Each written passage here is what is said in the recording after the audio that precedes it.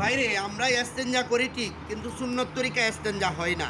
এস্তেঞ্জার সময় কয়েকটি কাজ আছে সুন্নত, সেগুলো আমরা আদায় করার চেষ্টা করব। ভিডিওটা ভালো লাগলে শেয়ার করে দিবেন। এস্তেঞ্জার সময় 8টি কাজ করা হচ্ছে সুন্নত। 1 নম্বর হচ্ছে বাম পা দিয়া প্রবেশ করতে হবে।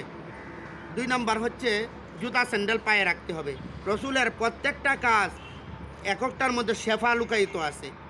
ডান পা দিয়ে বাম পা দিয়ে প্রবেশ করতে হবে, কারণ এটা খারাপ জায়গা। মাথা ঢাকিয়ে রাখতে হবে, কারণ রাসূলুল্লাহ সাল্লাল্লাহু আলাইহি ওয়াসাল্লামের সুন্নত। এবং যত প্রকার ভাইরাস থাকে এগুলা কিন্তু ব্যাকটেরিয়া থাকে, এগুলা বাথরুমের মধ্যে পাওয়া যায়। এই জন্য বাম পা দিয়ে প্রবেশ করা, জুতা স্যান্ডেল পায়ে রাখা, জুতা স্যান্ডেল পায়ে রাখা, তারপর মাথা ঢাকিয়ে রাখা। এটা হচ্ছে 3টা, কারণ অনেক সময় পা দিয়াও ব্যাকটেরিয়া প্রবেশ করে। এই জন্য জুতা স্যান্ডেল পায়ে রাখতে হবে টয়লেট করার সময় বা বাথরুমে প্রবেশের সময়।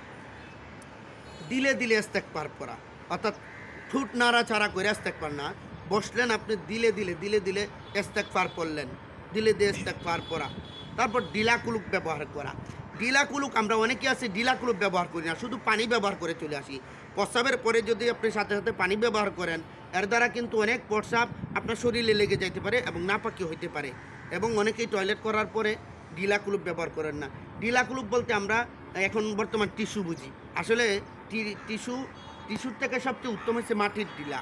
মাটির ডিলা আপনি যদি করেন তাহলে বেজুর সংখ্যা ব্যবহার করবেন, 3, 5, 7 এরকম ডিলা ব্যবহার করবেন।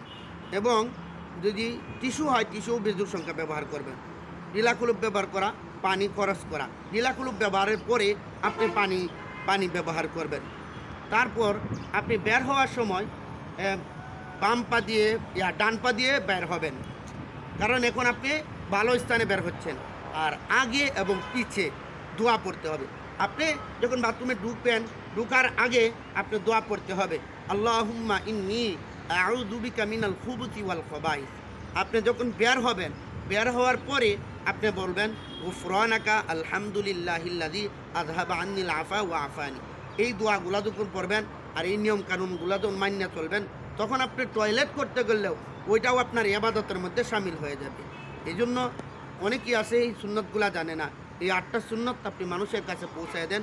আল্লাহ আপনার মনের আশা পূরণ করুন, আমিন। আসসালামু আলাইকুম রহমতুল্লাহ।